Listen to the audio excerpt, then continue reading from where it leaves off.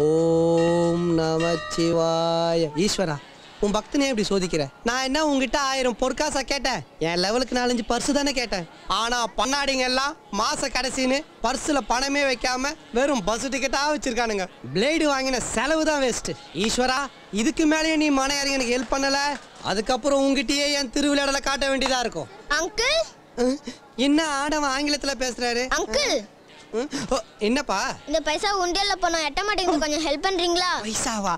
நீ என்ன பண்ணு, இந்த பைசாவை அங்கிள் பக்கத்துல வச்சுட்டு போயிடு.